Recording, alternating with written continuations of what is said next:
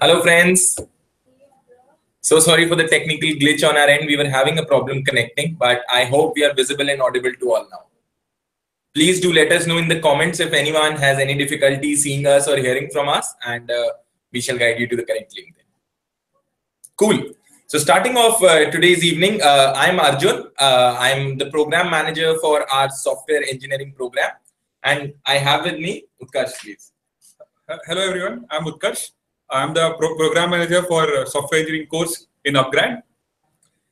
So very quickly, the agenda of the info session today, guys, is essentially to start off on what are the essential industry trends which are happening right now in the IT and the tech industry, of how the entire industry is evolving very rapidly, and the next 3-4 years are going to be so crucial for that pivot.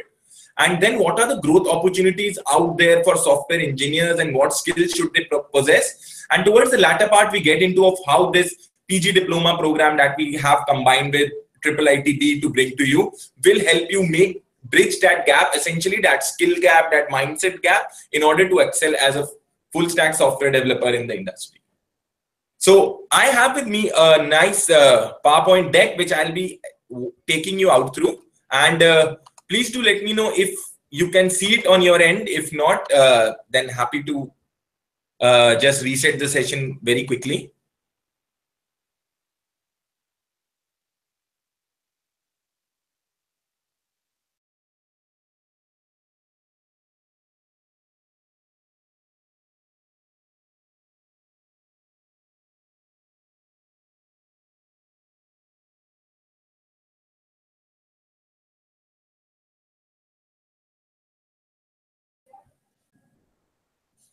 Yeah, I hope we are visible again. Again, a minor glitch on our end.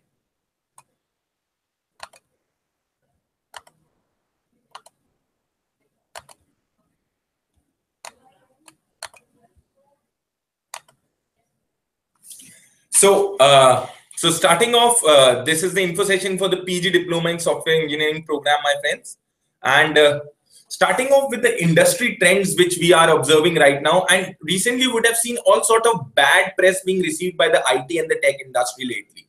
So you would have seen of how newspapers are abuzz with how Infosys and Wipros are laying off employees every year. You would have heard of how automation is impacting the jobs that are coming in through in the future and also this year as well, of how it's going to cost a lot of jobs in the coming times. Going forward, you have heard of how IT workers are now facing a jobless growth, how IT companies are seeing their growth plateau in the coming times, and how possibly there could be a lot of layoffs in the coming times as well. While even the leading industry conglomerate, which is NASSCOM, has predicted that the growth would be flat for this year. So despite all this bad press that the industry is seeing and receiving for the past, it is essential to put this in a bigger context of what is happening on a bigger level to the industry. As I said, the industry is in a very crucial stage as of now of how it will transition, of how it's moving from what it had been doing for the past 10-15 years and how it's going to change going forward. So very frankly, just putting it in the word that not all is doom and gloom, that all people who are predicting that the IT and tech sector's growth is stagnating, that is seriously not the case. Case in point being the headline we see in LiveMint, which says that IT industry, the same body NASSCOM, which predicted a flat growth in the year 2017, has said that the IT industry revenue is set to touch 350 billion. So just putting this in context, friends, this is almost 7 to 8% of India's total GDP. So you can see that almost all the money and the value created in the country, almost 8% is going to be related to the IT and the tech space. And currently this number, which is 350 billion by 2025, stands at 150 billion. So very easily you can see this is almost a jump of more than double in the coming 8 years. Coming on to the government, what it is predicting of how it's forecasting, government says that almost 10,000 tech startups are going to be up and running by the year 2020. Of how IT companies essentially now retracting their own headline. Companies are saying that essentially they didn't see a loss of jobs. It's just that the what should I say, the total number of jobs being created remained constant year on year. So let's say 1.7 lakh was created last year, the similar number was created this year. So it's not all what should I say, very gloomy forecast up ahead. In fact, if you see the last headline, wherein the government has predicted that almost 35 lakh jobs are going to be created courtesy the software industry in the coming 8 years. So just putting this in the number in context, IT and the tech sector is the biggest private employer in the country. So outside of the Indian government, maximum number of people are working in the IT and the tech space in the country. So coming on to what is driving this change. Utkarsh, would you like to take this? Yeah, sure. So the first reason the change is being driven is the digital products and services. You can see it all around. The Paytms, the Ubers, the Zomatos of the world have really changed it for everyone. So earlier, while everyone were using IT services, now the whole industry is focused on products. Now automation has taken over, and the low level jobs of testing, etc., have been replaced by automation itself. Now, so if that is the case, then what is happening is that while earlier you needed more testers, now you need more product developers. So the whole industry and the whole mindset of yours has to change in that manner.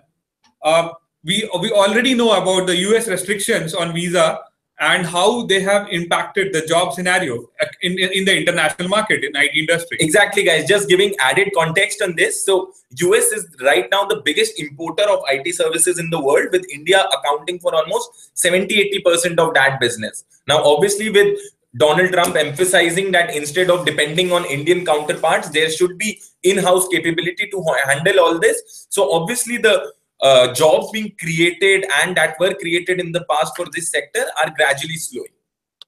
The last point is the open source development. So very quickly, what is an open source? So going back almost 5-10 years earlier, we had software products that were essentially closed. So you would either have to license them from the owner or pay a premium just to use it. But now with more and more programmers coding on open source being where the program is open to everyone to change, to use, to apply, and without paying a large fees. So it's a boon for all the large IT firms or the large technology firms who can now leverage this technology to create cutting edge product.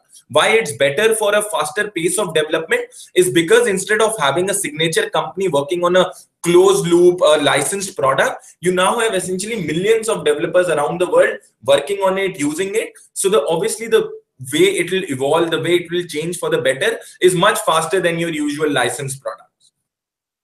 So this line of work, so earlier companies used to literally go to a company like Infosys and Wipro and used to say that, hey, it will be great if you could create some services for us. You could use Oracle, let's say, for creating the whole database architecture, and now depending more and more on this open source. So they're essentially what should I say, making Infosys and companies like Wipro who give services null and void in this entire transaction. And this is again going to projected, it's going to cost a lot of jobs in the coming times. So what it means is that companies have to focus on reskilling and upskilling their employees. So this is what the president of Wipro had to say, that the next 24 months of this industry are going to be very crucial for each and every worker. Now the focus has shifted from hiring new people to reskilling them, to reskilling the existing people. It's a matter of survival for them. Similarly, the MD of Tech Mahindra has said that reinvention is the necessity of the hour. True. And again, just speaking in this context, guys, these IT companies, it isn't as if they are oblivious to what are the changes happening in the industry. They understand the change which is happening. They understand how they have to pivot their business model, and they need millions of skilled developers to take their place. So obviously the first place they are doing is taking care of the people who are currently employed under their services. So there's massive training programs happening within the company itself to train their workforce in order to work on these systems. But again, this training is largely myopic, as in they try and focus and customize the offering and the trainings to suit their own purpose. But here, the kind of upskilling and reskilling we are talking about is more at a larger scale, is more at a greater skill level rather than at a platform or a tool level. So what kind of talent is the industry looking for? When we say talent, we essentially want to know what sort of software developers is the industry looking for. Right. So right now, learnability is a big need of the hour for our students. And what we really need is people who can learn on the job, people who can learn because the skill sets are changing, and every 4 or 5 years you need to learn a new skill set. So what is very important is that the basics and the core concepts need to be learned and unlearned from time to time. Exactly. So essentially, once you guys, you would have seen perhaps your college days or until a few years back, there was added focus on C and C++ and all. But as you see in the companies today, these languages are hardly being used. It's more on web scripting. It's more on back-end architecture, front-end architecture, the Javas, the JavaScript, and almost new languages coming up every few years. So it's very important that a person, and a software developer, should have the ability to learn these new technologies quickly and apply those learnings in their job. Coming on to the next one, which is full stack. Very quickly, what is the definition of full stack? So when we say full stack, it's essentially the entire stack of technology. So as we know, once we are talking about a software product, it involves 2-3 pieces. The first and foremost is the backend. Backend essentially is the part of the software wherein which houses the database, which houses the algorithms, which houses the data structures. Essentially, whatever goes on behind seeing an app or a website that you see in your day-to-day life, everything that goes on behind the scene comes on the backend part. And then the second part of the puzzle is the front end. Front end is the part which a user or a business usually views. So if you're talking about a product like a Facebook, the app, the way the like button, the comments button, everything is included in the front end. But what goes on in the back end? So let's say your friend, let's say a certain Ankit has liked a photo of his friend, you would be able to see it because the front end is communicating that technology, that information to you. But it is stored somewhere in the back end and being leveraged by the front end to show. So what does it mean for a developer is essentially that earlier people could afford to work in silos, in isolated blocks. So you would have particular teams who would only look after backend and would have nothing to do or learn with front end. And while you would have teams working on front end who would have little to no idea what was going on in the back end. But due to this digital revolution happening and these new age technology companies coming, you need these teams to coexist and work quickly together to produce software deliverables in a very short span of window, because now you can't afford to let your backend team work on a problem for, let's say, 2 months and then come to your front end team and let them work on it 1 month, because a 3-month time the entire market could change from where it was 3 months back. So here we have some excerpts from the interviews we did with the industry experts, and you can see of how important it is for them that a person not just have a knowledge of a single piece, but of the entire piece that they are working on currently. More importantly, now things have moved to digital front, and now you have to have a digital product mindset, which means that now you have to move from an IT service perspective, you have to have a product centric perspective, and also have an understanding about agile development skills and a design thinking mindset as well. Exactly. As he correctly pointed out, nowadays most of the technologies that we see that is enabling these companies to scale is because they are readily available to a consumer.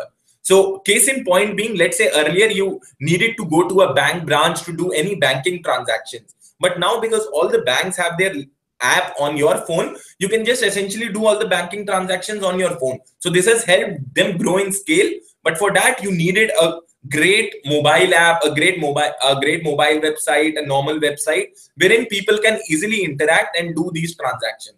So banking is one such sector. Retail again, now you can order vegetables literally on the go. So all these need a great software products for people to interact with, and for that you need people to be thinking of how a consumer would interact with it, because there's little to no time for you to react basis. If you just keep on waiting and trying to emphasize your own thinking of how to design the software, the time would have gone, and for all you know, a competition may come out with a better software product.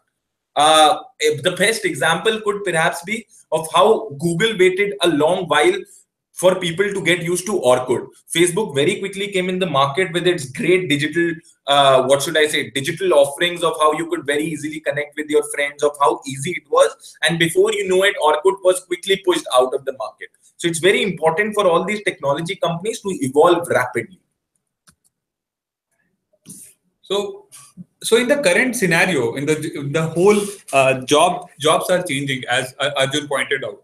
So right now, the 3 kinds of jobs which are upcoming and which are creating the larger picture are firstly the startups, then the digital division of IT firms, and global in-house centers. So startups, we all are aware with the emerging trend, India will have around 5,000 startups which is the third highest number. This number is supposed to grow till 10,000 by 2020. Yeah, so these are some of the best jobs which are coming up, but you need to be prepared and from a very product centric mindset. Moreover, now even the IT firms, Infosys, Wipro, and Accenture, etc., have already started moving up away from their service model to more of a product centric digital model. What is happening is the revenue which is going to come up from digital businesses for these services is also going to grow multifold. They all have planned for $100 billion revenue from these digital products in the next 10 years. The multinational companies are also offshoring a lot of their product-centric businesses to India. And now, while 8 lakh people are working in these businesses, this number is supposed to grow by a huge margin in the next 6 years. What it means is that by 2020, around 7 lakh jobs are going to be created if you are working in the right frame of mind.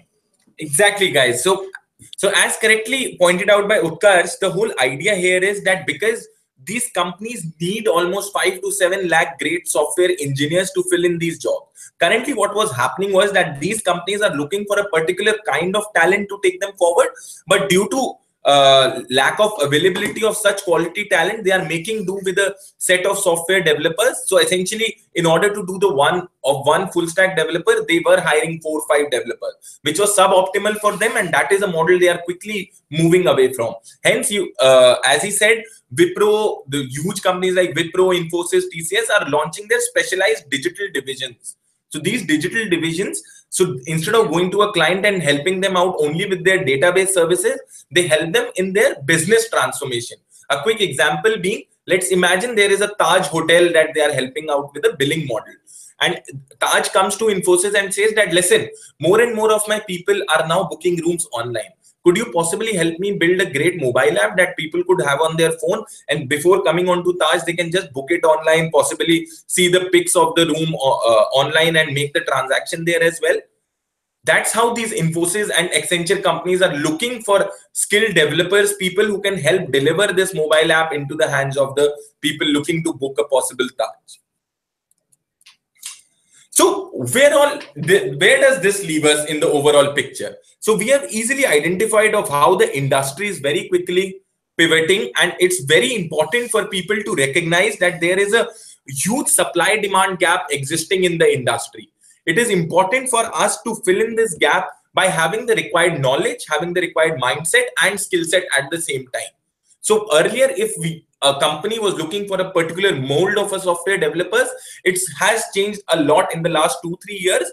But the best part about it is, because it is an upcoming trend, this trend is going to persist for years to come, and these skills are portable across years and across decades as well.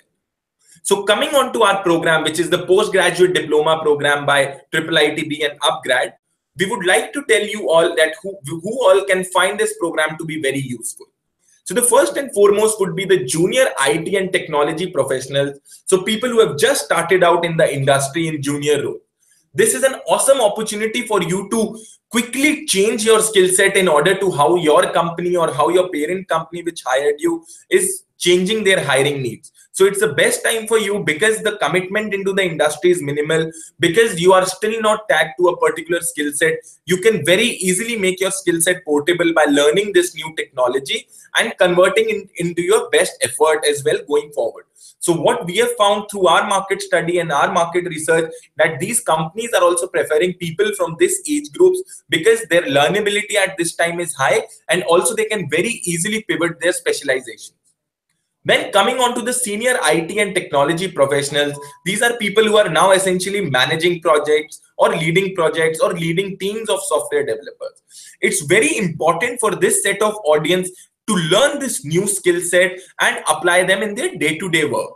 Why I say it's very important is because till date, whatever experience they had gained in a particular business model that is these companies are largely moving away from in the coming times. So let's say a particular project lead was used to running services project for large companies earlier. This experience is going to hold very little relevance in the coming time. So it's important for them to know of the latest technology, of the latest way that the software development teams work in order to translate that knowledge into their own teams. And again, moving on to our new set of audience, we come on to the fresh graduates and current engineering students.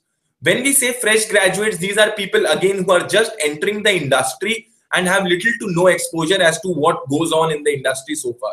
So if equipped with the right skill set and the mindset, they could very easily find the entry level jobs easily available to them, and they can very quickly latch on to them to shape a great career going forward. Again, people in the last year of engineering, you can, because obviously all of us know in the last year of engineering, thanks to the less workload, academic workload that we have, you can leverage that time to learn on all these new technologies, which is very rarely taught in colleges, and learn these skills to straight away be market ready once you go on to hiring. And obviously it's open to all the people who are looking to transition to IT and tech industry from their present roles and learn these skills in order to shape a great career going forward in the IT and tech industry. Again, going back to what the immense potential that the IT and tech industry holds for India at large and the world at large, it makes a great amount of sense for people to transition onto this industry. Again, being an academic program, there are certain eligibilities that a candidate should have before joining it. The first and foremost is that you should be having an undergraduate degree, because this being a postgraduate diploma course, people should be already having an undergraduate degree in order to be eligible for it. However, even if you are in your last year, we are more than happy waiting till the end of the program end date for you to share any proof you may have for your certification on an undergraduate level.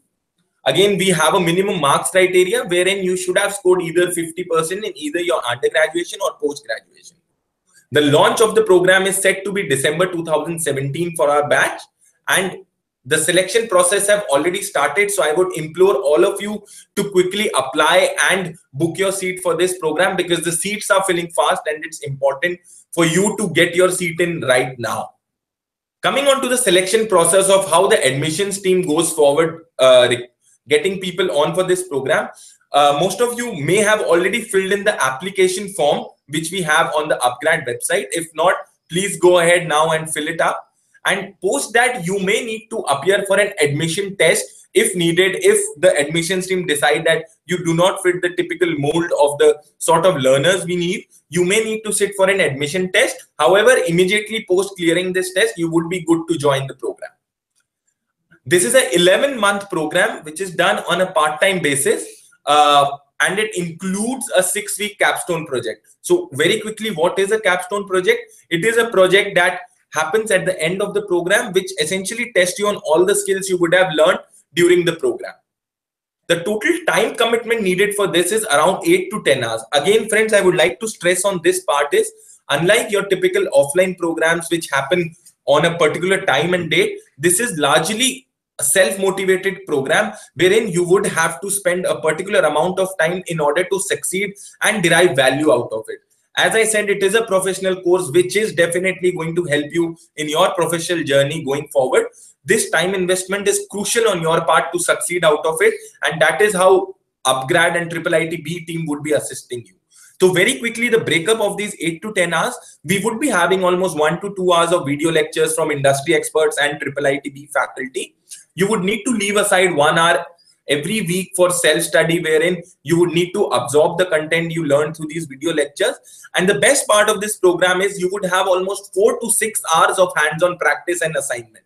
So the program team here would be providing you with environment and with the infrastructure to work on and to create software working on the latest project.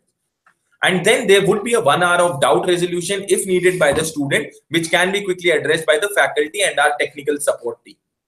The program, as I said earlier, there is a 6-week capstone project, and other than that, there is 9 to 10 months of hands-on learning and programming exercises. The content would be delivered through a mix of audio visual content. Consider it similar to a YouTube, wherein you could go and attend these pre-recorded sessions. If not, if you want to have an added and an enhanced learning experience, we would be having very frequent live lectures by industry leaders, with people coming in from Amazon, your Flipkarts, your Wipro Digital, and all these digital firms, to counsel you, to tell you what are the recent trends happening in the industry and of how best you can be suited to make the switch to get a better job going forward. Again, the fees of this program is 2,25,000 for the duration of 11 months. This fees, trust me, you need to consider this as an investment into your future, because the sort of jobs that are happening in the industry right now and the sort of entry level salary levels that we are seeing, this number is set to be easily an ROI positive exercise for you going forward.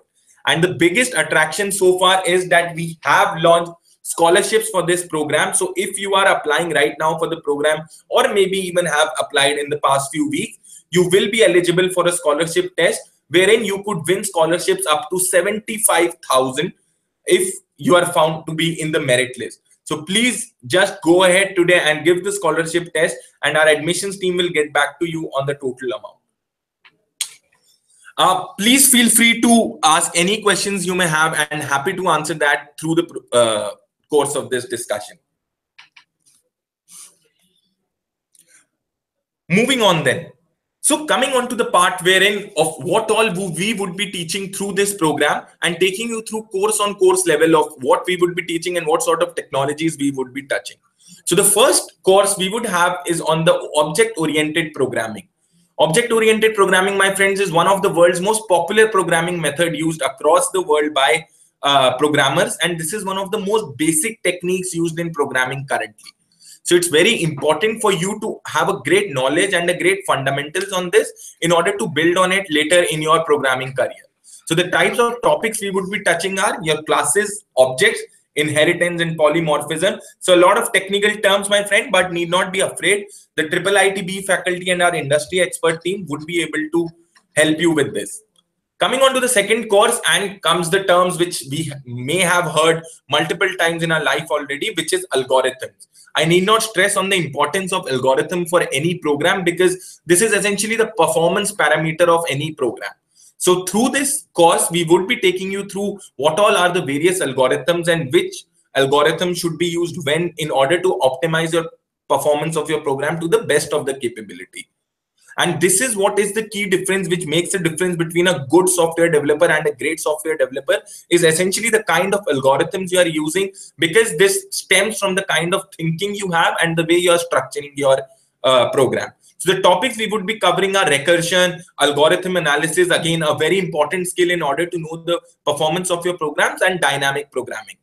The third course we have is data structures. Again, as the name suggests, it is essentially of how data will be structured in your program, because for important, essentially programming is nothing but end of the day, it is processing of data. So it's important how you structure this data to be used by your program later on, because this is again feeds into the overall performance and the longevity of your program in the long run. So coming on to the topics here, there are various kind of data structures available, things like arrays, trees, hash tables. We would be going through all of these in great detail through these courses. So if you see a common theme between courses 1 to 3, the whole objective here is to work with the IIITB faculty and industry in order to strengthen your fundamentals in programming. Because as the course ahead, you may be seeing from the names itself, it's going to be an advanced uphill run. It's important for you to have your basics in place. Again, this comes from our interaction with industry experts, because in almost all the leading technology interviews, the first and foremost things that interviews and recruiters are testing for are your fundamentals. Because technology, as we have seen, my friend, is a fickle friend. It is changing every few years. So it's important for you to have a strong control over your fundamentals to leverage these learnings and learn these new technologies quickly. Coming on to course 4, which is software engineering frameworks and server-side development. Again, server-side, as I said, it's part of the backend piece of the puzzle here. So you would be working directly on creating great backend architectures, and deciding what sort of framework should you be working on. When we say frameworks, my friend, working as a software developer just does not involve working in your own silo, working in your own block. It involves working in a team. So there are set work processes, workflows which happen in leading software companies, and these are the terms like agile development. So agile, as the way suggests, is, as the name suggests, is, my friends, is how agile and how quickly you can deliver on software. So there are certain workflows which have been designed for this, which are being used, easy to see. Almost 90% of the top tech companies are using these form of workflows. So it's important for our learners to be knowledgeable in this field.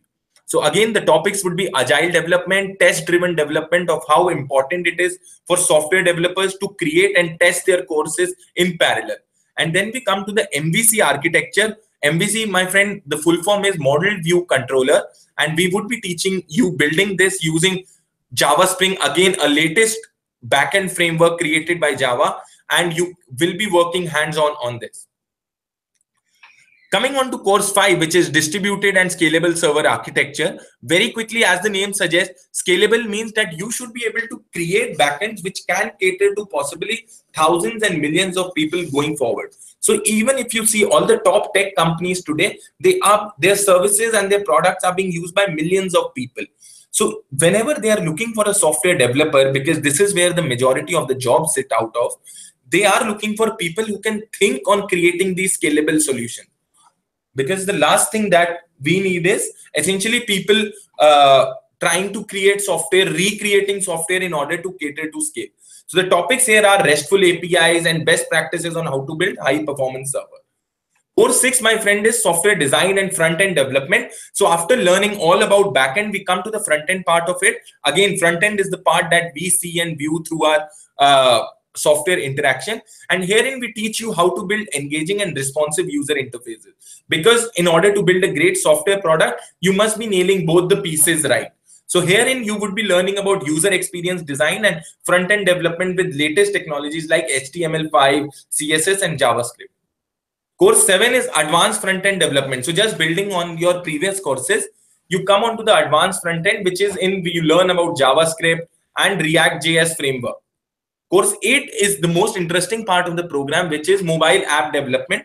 So mobile, my friend, as you know, we have seen tons of users now switching on to mobile for their preferred device for accessing internet. So more and more companies are spending efforts on creating great mobile apps. So herein, through our mobile app development course, you would be getting hands-on experience on React Native. So React Native, it is the same framework that is being used in companies like Facebook and Netflix, and this is the exact same technology that we would be teaching you. Coming on to the last part, which is the capstone project, wherein you would be working in teams of 3 to 4 people to create a ready-to-use independent software product. So herein you would be creating a great backend and a front end at the same time, working in a team. The whole idea here is to give you the total experience of how you would be working in a typical software development team going forward. So the basic USPs, as we have already gone before, is that what all you can derive the maximum out of this program is you would be getting a prestigious diploma from IIIT Bangalore, again ranked as one of the top PG colleges in the country. The emphasis on hands-on programming experience, which would help you learn the required languages and frameworks and apply the same learnings to your day-to-day job. Coming on to the next part, which is essentially mastering these software tools and development practices, and how you would be imbibing this knowledge is through careful tutoring by IIIT Bangalore faculty and our upGrad panel of industry leaders. And then we focus on the core concepts which are needed for building a strong programming base. And then building onto this is our exhaustive academic support. So we have a large team of faculty and teaching assistant which would be assisting you through the program to help you with your career transition. And comes our career support team, which helps you right from mentoring as to what are the right sort of jobs for you out there, to helping you with profile preparation, which is essentially your resume, your portfolio, and then organizing mock interview sessions with the industry leaders, which are essentially the recruiters of tomorrow.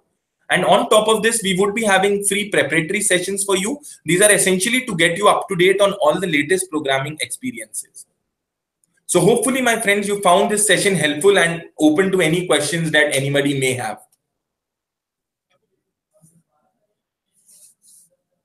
Any questions you may have, please do write in.